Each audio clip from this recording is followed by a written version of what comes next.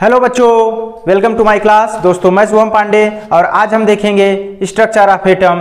दोस्तों हमारे चैनल पर नीट का क्रैश कोर्स स्टार्ट हो चुका है, जहां पर हम फिजिक्स, केमिस्ट्री और बायोलॉजी के पूरे 33 सालों के क्वेश्चंस को देखेंगे, क्वेश्चंस के पैटर्न को देखेंगे और देखेंगे कि कौन सा फार्मूला इंपॉर्टेंट है और किस तरह के क्वेश्चंस हमारे एग्जाम में आ सकते हैं। तो दोस्तों अगर आप हमारे चैनल पर नए हो तो चैनल को सब्सक्राइब कर लो, बेल आइकन को दबा लो ताकि जब भी हम नया वीडियो अपलोड करें तो आपको नोटिफिकेशन जरूर मिले। और वीडियो को लाइक करना बिल्कुल ना भूलना और हमें कमेंट करके जरूर बताना, और ज़्यादा से ज़्यादा हो सके तो वीडियो को शेयर करो अपने सोशल प्लेटफॉर्म पर और वीडियो को आखिरी तक जरूर देखना। थैंक यू फॉर वाचिंग दोस्तों। और ये हमारा पक्का वादा है आपसे कि अगर आप कंटिन्यू बने रहे तो आप नीट में अच्छा स्कोर कर पाएंगे, वो भी केमिस्ट्री में, फिजिक्स में और बायोलॉजी में। केमिस्ट्री में आप बड़े आसानी से 45 में 40+ क्वेश्चंस बड़े ही आसानी से कर पाएंगे केवल 1.5 महीनों में। तो चलो दोस्तों शुरू करते हैं। तो अगर आपको और ज़्यादा क्वेश्चंस देखना है तो हमने जेईई मेंस का भी क्वेश्चंस बना रखा है स्ट्रक्चर ऑफ एटम का, आप वहां से देख सकते हैं। हमारा पहला क्वेश्चन है यहाँ पर जो कि 2017 में आया हुआ है। हम उसे देख लेंगे आगे के क्वेश्चंस जो कि 2018 में, 19 में एंड 20 में आए हुए हैं। अभी हम देखते हैं जो कि आया था 2017 में। कह रहा है which one is the wrong statement. तो दोस्तों यहाँ पर हमसे रॉन्ग स्टेटमेंट पूछा जा रहा है। द अनसर्टेनिटी प्रिंसिपल इज, हम सभी जानते हैं हाइजेनबर्ग का अनसर्टेनिटी प्रिंसिपल, ठीक है। वहाँ पर हमने पढ़ा था कि uncertainty in momentum and into uncertainty in position equal to या greater than equal to h/4π। यहाँ पर है delta E into delta T greater than equal to h/4π, जहाँ पे डेल्टा ई हमारा एनर्जी है एंड डेल्टा टी हमारा क्या है, टाइम है। तो दोस्तों सबसे पहले हम ये देखते हैं क्या डेल्टा ई डेल्टा टी हो पाएगा। हमने अभी तक पढ़ा था m delta v delta x greater than equal to h/4π, Heisenberg uncertainty principle. दोस्तों यहाँ कुछ किया नहीं है, यहाँ किया क्या है कि m डेल्टा v अपान डेल्टा t किया है, डेल्टा t से ऊपर नीचे मल्टीप्लाई कर दिया है। दोस्तों delta v by delta T जो होता है ये हमारा होता है एक्सेलरेशन। क्या होता है, एक्सेलरेशन। सो हम कह सकते हैं कि m into A and delta x, ठीक है। तो m इंटू ए जो होता है ये होता है फोर्स, और फोर्स इंटू यहाँ क्या है, डेल्टा x हमारा है जो डिस्प्लेसमेंट या पोजीशन, और साथ में डेल्टा t। तो दोस्तों F डेल्टा x को हम लिख सकते हैं वर्क डन, और वर्क डन को हम लिख सकते हैं delta E change in energy, so into delta T, ठीक है। तो हम इक्वल टू लिख सकते हैं या ग्रेटर देन इक्वल टू लिख सकते हैं h/4π। तो आप समझ गए होंगे कि किस हिसाब से कैसे h/4π आया हुआ है। अब हम टॉपिक की बात करते हैं। तो डेल्टा E, ठीक है, equal to delta T h/4π बिल्कुल सही है।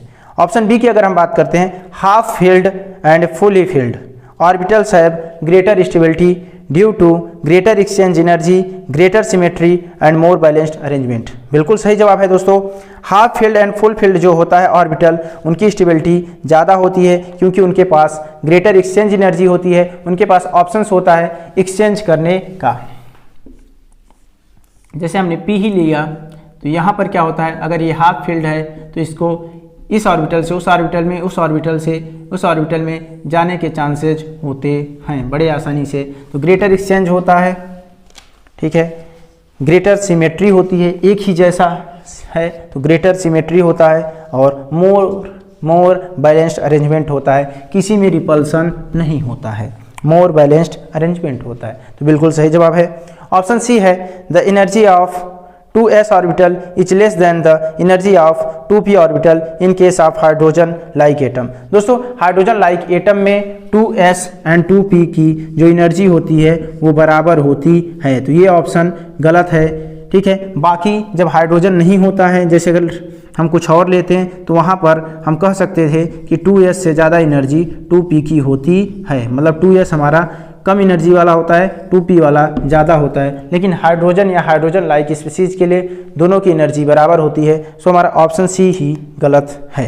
ऑप्शन डी की बात करते हैं, de Broglie wavelength is given by lambda equal to h by M V, where m mass of the particle, v क्या है, group of velocity of the particle.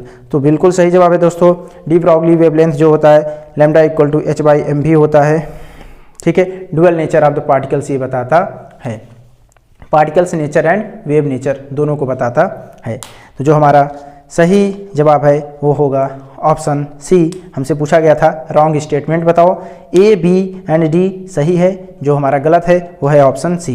अभी हमने अनसर्टेनिटी प्रिंसिपल को प्रूव किया, M delta V delta X equal to H upon 4 pi को delta E into delta T equal to H upon 4 pi, उसके लिए हमने कुछ नहीं किया, डेल्टा वी में हमने ऊपर नीचे डेल्टा टी से मल्टीप्लाई किया। ठीक है, तो ऊपर हमने जब मल्टीप्लाई किया डेल्टा टी तो डिवाइड भी किया डेल्टा टी से, वो होगा क्या, delta we by delta T को हम एक्सेलरेशन लिख सकते हैं। सो हमने लिखा m into acceleration into delta x into delta T.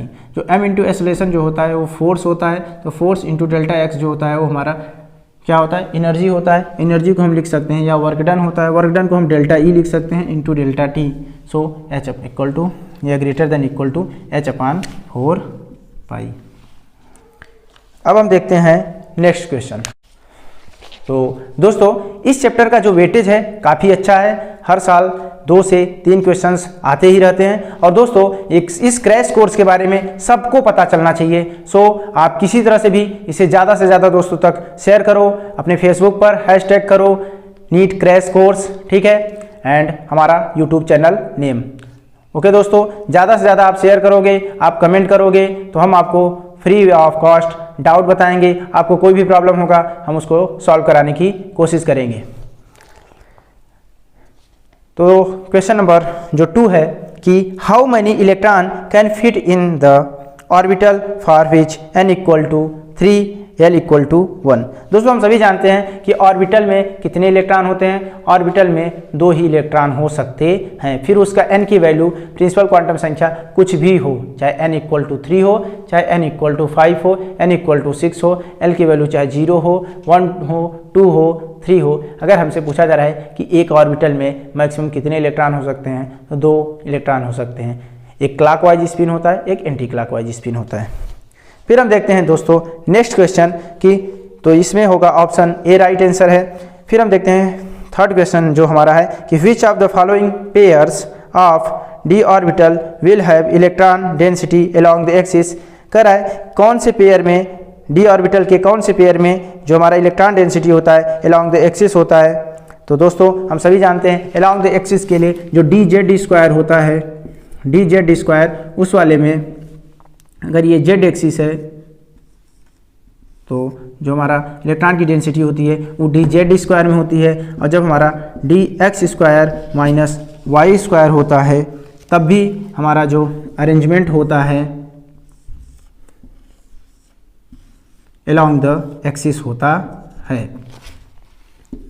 Along the axis होता है। बाकी केसों में जैसे अगर वाई जेड दे रखा है तो मैंने अगर बोला ये y है ये z है तो अरेंजमेंट हमारा कुछ ऐसा होता है दोनों के बीच में। लेकिन डी जेड स्क्वायर और D X square minus Y square में जो हमारा अरेंजमेंट होता है अलोंग द एक्सिस होता है, इलेक्ट्रॉन की जो डेंसिटी होती है अलोंग द एक्सिस होती है। नेक्स्ट क्वेश्चन है हमारा कि 2 electrons occupying the same orbital are distinguished by.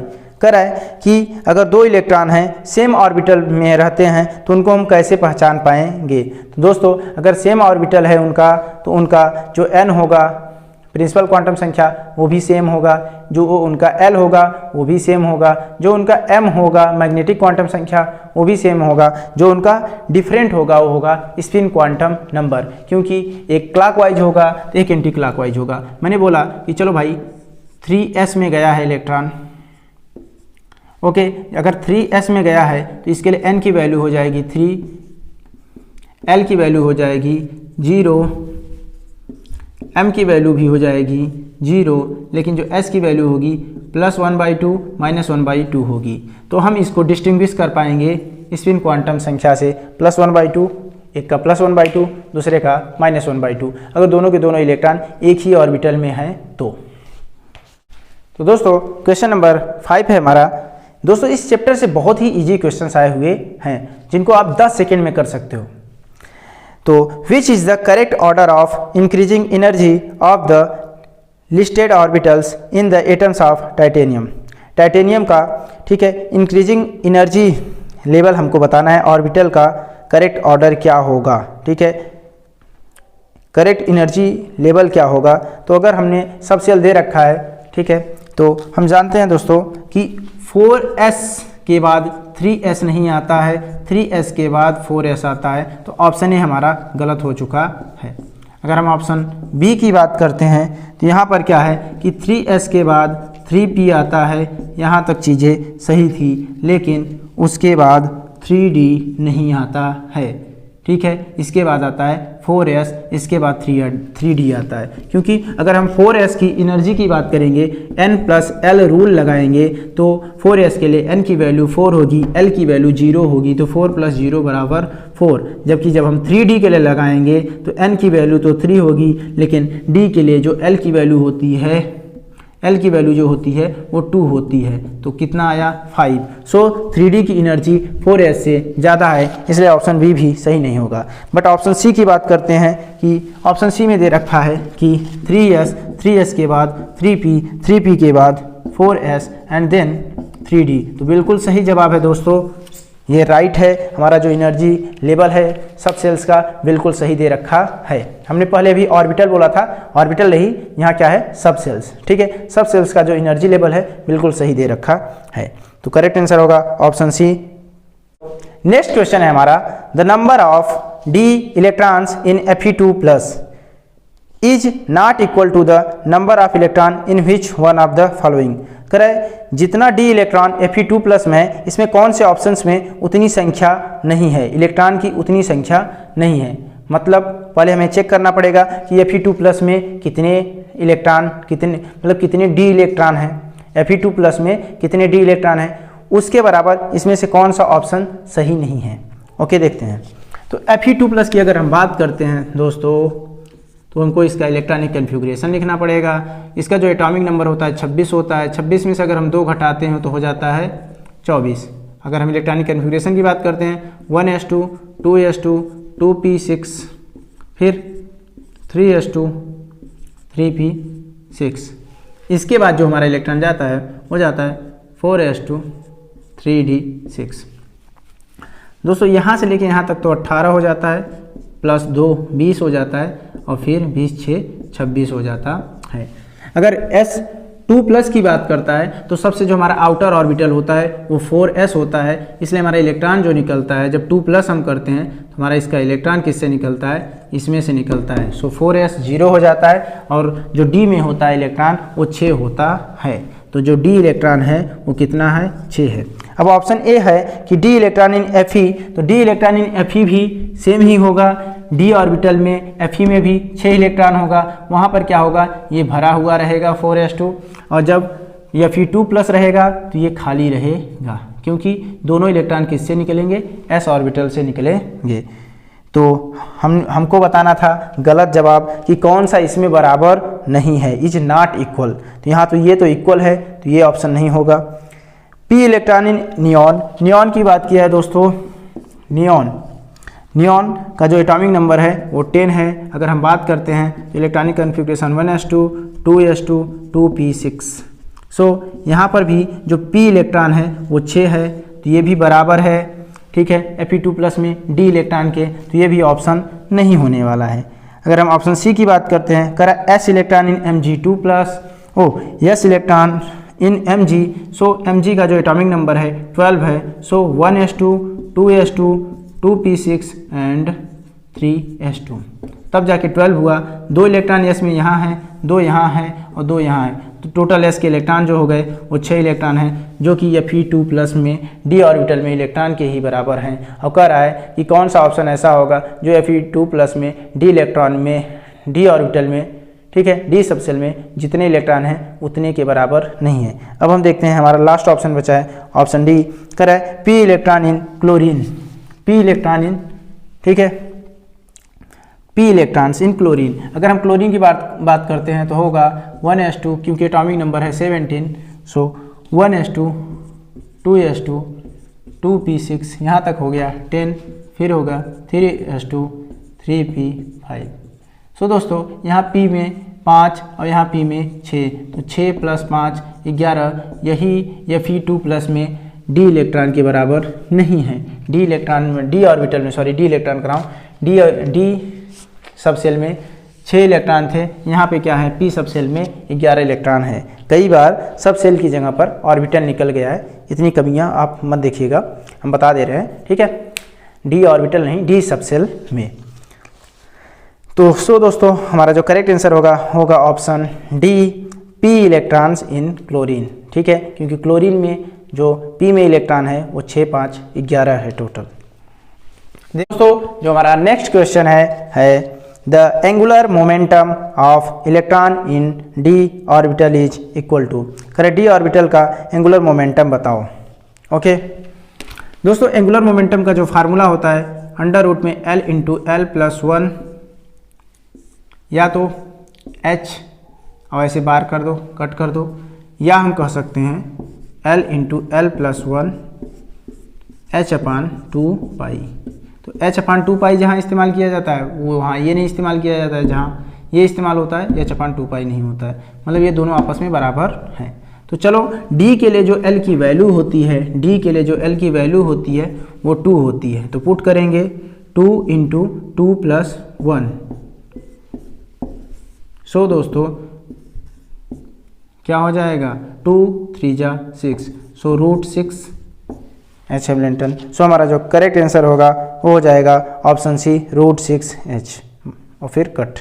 तो जो हमारा नेक्स्ट क्वेश्चन है दोस्तों कि what is the maximum number of orbitals that can be identified with the following quantum number. Correct कितने नंबर ऑफ ऑर्बिटल इससे आइडेंटिफाई हो सकते हैं जब 3 क्वांटम संख्या दे रखी है, प्रिंसिपल क्वांटम संख्या n = 3, l = 1 एंड m = 0। दोस्तों अगर 3 क्वांटम संख्या दे रखी है तो वो एक ऑर्बिटल को डिनोट करता है। जैसे यहाँ पर क्या दे रखा है, n = 3 दे रखा है, l = 1 मतलब कि हुआ p। अब p वाले में भी m की वैल्यू क्या दे रखी है, 0 दे रखी है। हम सभी जानते हैं कि -l से लेके +l तक होता है, तो -1 0 एंड 1, सो ये इस ऑर्बिटल को बता रहा है। तो ऐसा कितना ऑर्बिटल है, केवल एक ही ऑर्बिटल पाया जाएगा, एक एटम में ऐसा एक ही ऑर्बिटल पाया जाएगा जिसका n = 3 रहे, l = 1 रहे और m = 0 रहे। ओके अगर n = 3 दिया रहता, l = 1 दिया रहता, m न दिया रहता, तो हम तीनों को कह सकते थे कि n = 3, l = 1 इन तीनों के हैं, लेकिन जब m = 0 कह दिया तो स्पेसिफिक हो गया कि यही ऑर्बिटल होगा। ओके दोस्तों, तो कितने ऑर्बिटल हो सकते हैं, मैक्सिमम 1 ऑर्बिटल हो सकते हैं। अब हम देखते हैं नेक्स्ट क्वेश्चन। नेक्स्ट क्वेश्चन है हमारा दोस्तों, calculate the energy in joule corresponding to light of wavelength 45 nanometre.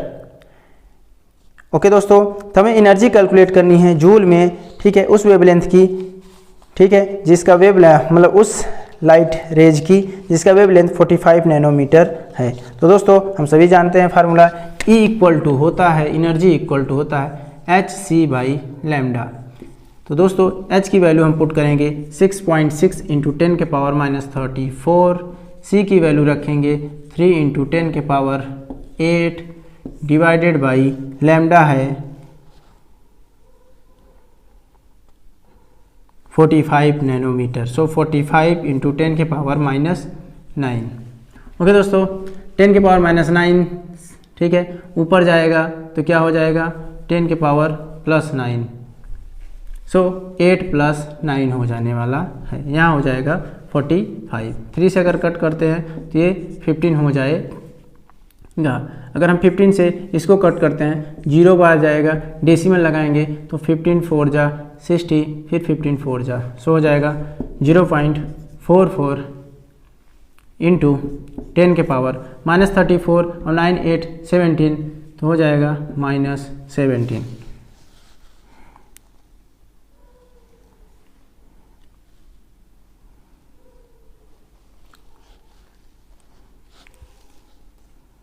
सो अगर हम एक डेसिमल यहाँ से हटाते हैं, ये हो जाएगा 4.4 इंटू 10 के पावर माइनस 18। तो करेक्ट आंसर होना चाहिए ऑप्शन डी 4.42 इंटू 10 के पावर माइनस 18, क्योंकि 4.4 और 4.42 में अप्रॉक्सीमेट बहुत ज़्यादा अंतर नहीं है।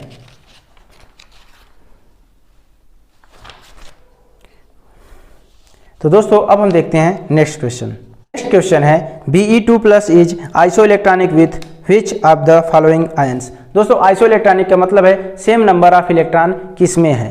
तो देखते हैं Be2+ में कितने इलेक्ट्रॉन हैं।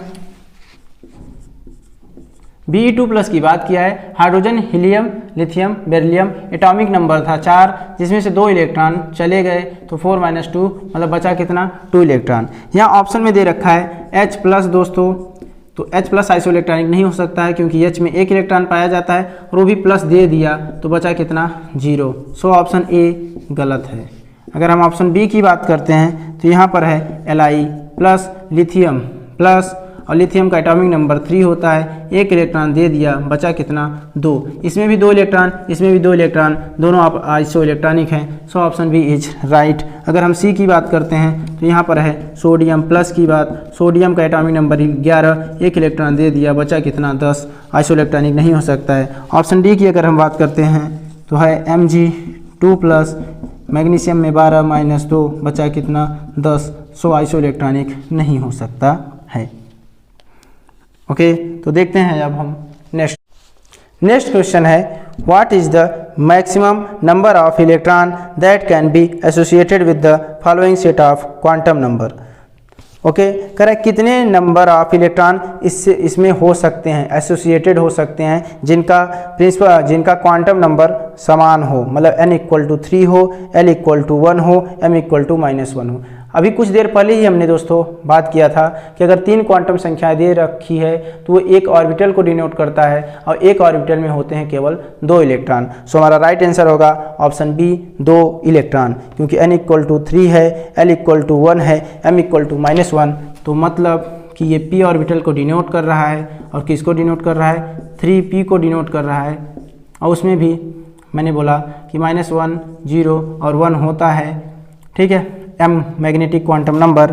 तो यहाँ पर है n = 3, l = 1, m = -1, मतलब स्पेसिफिक एक ऑर्बिटल को डिनोट कर रहा है और एक ऑर्बिटल में केवल 2 इलेक्ट्रॉन हो सकते हैं मैक्सिमम। सो करेक्ट आंसर होगा ऑप्शन बी। दोस्तों हमारा नेक्स्ट क्वेश्चन है बेस्ड ऑन इक्वेशन E = -2.178 × 10 के power -18 joule Z²/n², certain conclusion are written which of them is not correct. कह रहा है कि इस इक्वेशन के बेसिस पर कौन सा कंक्लूजन सही नहीं है। ऑप्शन ए है कि equation can be used to calculate the change in energy when the electron changes orbit. कह रहा है इक्वेशन का हम यूज कर सकते हैं एनर्जी के चेंज में कि कितनी एनर्जी का चेंज हुआ जब कोई इलेक्ट्रॉन ऑर्बिट में चेंज कर रहा है, मतलब एक ऑर्बिट से दूसरे ऑर्बिट में जा रहा है, तो हम चेंज इन एनर्जी इस फार्मूले से निकाल सकते हैं। हाँ दोस्तों बिल्कुल निकाल सकते हैं। हम n की जगह पर 1, 2, 3 रख के बड़ी आसानी से चेंज इन एनर्जी निकाल सकते हैं। ऑप्शन बी की बात है कि फॉर n = 1 द और electron has more negative energy. सही बात है, n = 1 में इलेक्ट्रॉन की मोर नेगेटिव एनर्जी होती है। जैसे हाइड्रोजन की हम बात करते हैं, n = 1 में होता है, ग्राउंड स्टेट में होता है -13.6 इलेक्ट्रॉन वोल्ट होता है। n = 2 में जाता है तो -3.4 इलेक्ट्रॉन वोल्ट हो जाता है। तो वही कह रहा है कि जब n = 1 में रहेगा तो मोर नेगेटिव एनर्जी होगी। Then it does for n = 6, n = 6 में जाएगा तो कम निगेटिव एनर्जी हो जाएगी, which means that electron is more loosely bound in the smallest allowed orbit. ठीक है, यहाँ पर कह रहा है कि इसका मतलब ये है कि वो लूजली बाउंड हैं जब n = 1 में होंगे, तो ऐसा नहीं है, यही चीज़ गलत है।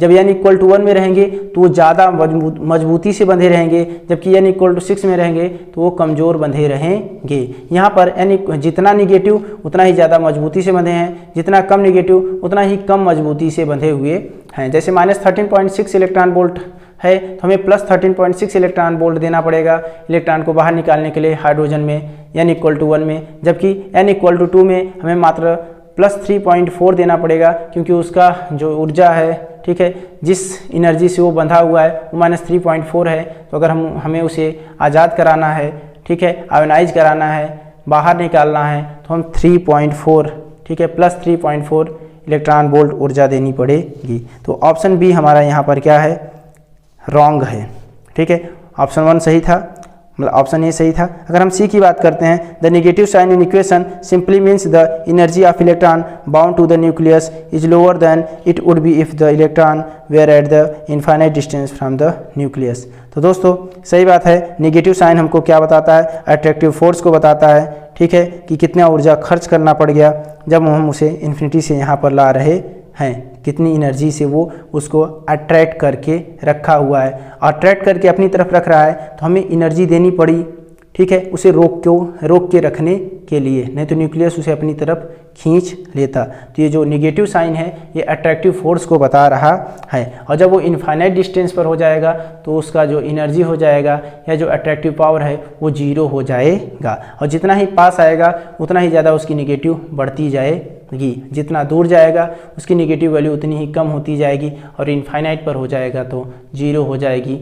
जब आयोनाइजेशन होता है, इलेक्ट्रॉन एटम को छोड़ के चला जाता है, तो उस दूरी को हम इनफाइनाइट दूरी मानते हैं।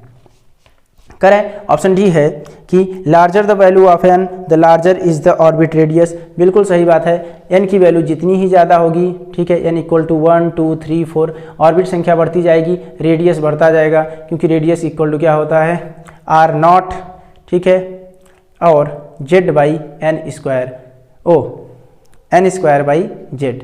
तो एन, ठीक है, एन है कि एन बढ़ेगा तो हमारा जो रेडियस है वो भी बढ़ेगा। अगर हाइड्रोजन लाइक स्पीसीज़ की बात करते हैं तो हमने कहा 0.53 N square upon Z, okay, angstrom, ये होता है रेडियस हाइड्रोजन लाइक स्पीसीज़ के लिए। तो एन बढ़ेगा तो हमारा रेडियस भी बढ़ेगा। अब हम देखते हैं नेक्स्ट क्वेश्चन। तो दोस्तों जो हमारा नेक्स्ट क्वेश्चन है, the value of Planck constant is 6.63 into 10 के पावर -34 joule second. The speed of light is 3 into 10 के power 17 nanometre per second. Correct, which value is closest to the wavelength in nanometre of a quantum of light with frequency of 6 into 10 के power 15 पर second. कर रहा है, अगर frequency किसी light की दे रखी है 6 इंटू 10 के पावर 15 पर सेकेंड, तो हमको वेवलेंथ बताना है नैनोमीटर में। ये बाकी जो प्लैंक कांस्टेंट या स्पीड ऑफ लाइट दे रखा है वो आपको बेवकूफ़ बनाने के लिए दे रखा है। चलो फिलहाल हम उसी का यूज करते हैं। हम दोस्तों जानते हैं कि C इक्वल टू होता है फ्रीक्वेंसी इंटू लैम्डा। तो दोस्तों यहाँ पर जो C की वैल्यू दे रखी है वो दे रखी है 3 इंटू 10 के पावर 17 नैनोमीटर। नैनोमीटर का मतलब होता है 10 के पावर -9। तो दोस्तों अगर 17 और 9 हम जोड़ देंगे तो ये आने वाला है 10 के पावर 8। जैसा कि हम पहले ही जानते हैं C इक्वल टू होता है 3 इंटू 10 के पावर 8 मीटर पर सेकेंड। ओके, फ्रीक्वेंसी दे रखा है 6 इंटू 10 के पावर 15 एंड लैम्डा कैलकुलेट करना है। लैम्डा कैलकुलेट करना है तो हम इस तरफ लेके आएंगे, 3 डिवाइडेड बाई 6 हो जाएगा, 10 के पावर 17 माइनस 9 तो हो जाएगा 10 के पावर 8 एंड डिवाइडेड बाई 10 के पावर 15। सो दोस्तों आने वाला है लैम्डा आने वाला है 1/2 मतलब 0.5, क्योंकि 3 से 6 कट गया 2 बार में, तो 1/2 0.5। ये 10 का 15 ऊपर जाएगा, सो पावर नेगेटिव हो जाएगा, -15 + 8 हो जाएगा -7। अगर हम चाहते हैं तो हम कह सकते हैं कि डेसिमल को हम 2 प्लेस पीछे ले जाएंगे तो ये 50 हो जाएगा और यहाँ हो जाएगा 10 के पावर -9। तो हम कह सकते हैं कि 50 nanometer, 50 nanometer. So correct answer होगा ऑप्शन ए, 50 नैनोमीटर। तो दोस्तों नेक्स्ट क्वेश्चन है, the outer electronic configuration of gadolinium. Atomic number दे रखा है 64। तो कह रहा है कि इसका आउटर इलेक्ट्रॉनिक कन्फिग्रेशन बताओ। दोस्तों 64 दे रखा है, आप आराम से ट्रिक ये लगा सकते हो कि हम पहले भरते हैं 2, फिर भरते हैं 8, फिर भरते हैं 8, फिर भरते हैं 18, फिर भरते हैं 18, इसके बाद 32, फिर 32। So n equal to 1, n equal to 2, n equal to 3, n equal to 4, n equal to 5, n equal to 6, n equal to 7। तो 2 8 10, 10 8 18, 18 दूना 36, 18 3 54। तो दोस्तों यहाँ तक एटॉमिक नंबर हो जाएगा 54 और 1 2 3 4 5 यहाँ तक n की वैल्यू हो जाएगी 5। और हम गैडोलियम का जो देख रहे हैं एटॉमिक नंबर दे रखा है 64, मतलब 54 प्लस 10, ठीक है, 10 और इलेक्ट्रॉन। तो दोस्तों यहाँ तक अगर 5 है तो यहाँ तक का जो इलेक्ट्रॉनिक कन्फिग्रेशन रहेगा वो क्या रहेगा, 5s2, ठीक है, 5s2 4d 10 4d 10 and 5p6, यही होने वाला है। इसके बाद जब हम भरेंगे तो हम जानते हैं कि अब आएगा 6, यहाँ पर हम एंट्री कर चुके हैं 6 वाले में, तो 6s2 करेंगे और जैसे ही हम 5d1 में एक इलेक्ट्रॉन भरेंगे तो वहीं से f स्टार्ट हो जाएगा। जैसे ही 54 यहाँ तक हो चुका था, 54 52 6 57 और जैसे 58 में हम भरेंगे तो हम यहाँ कहाँ पहुँच जाएंगे, 4f में पहुँच जाएंगे। तो वहाँ पर कितने इलेक्ट्रॉन भर सकते हैं, यहाँ तक 54 हो चुका था, 54 52 6 57, अब बचा कितना है, केवल 7 इलेक्ट्रॉन। तो मैं कहूँगा 6s2 5d1 4f7।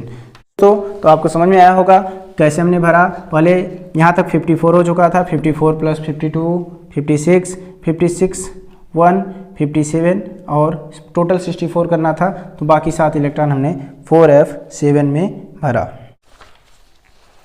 तो दोस्तों जो हमारा नेक्स्ट क्वेश्चन है, according to law of photochemical equivalence the energy absorb is given as, ठीक है, हमें लॉ ऑफ फोटोकेमिकल इक्विवेलेंस बताना है, मतलब कि टोटल 1 मोल का हमको बताना है एनर्जी एब्जॉर्ब। अगर हमसे पूछा जाए कि 1 मोल का क्या होगा, इक्विवेलेंस बताना है, तो हम दोस्तों जानते हैं कि और यहाँ पर जो हम H की वैल्यू लेंगे वो 6.62 × 10⁻27 अर्ग में लेंगे, जो C लेंगे वो 3 × 10⁻10 सेंटीमीटर पर सेकेंड लेंगे, और यहाँ पर जो मोल की वैल्यू लेंगे 6.0 × 10⁻23 पर मोल लेंगे। ओके, ये -23 मिसप्रिंट है, आप ठीक कर लेना। तो चलो energy of equivalence, photochemical equivalence पूछ रहा है, तो हम जानते हैं E होता है hc/λ। इक्विवेलेंस पूछ लिया, मतलब कि नंबर ऑफ मोल से भी मल्टीप्लाई करना पड़ेगा। सो दोस्तों H की वैल्यू दे रखा है 6.6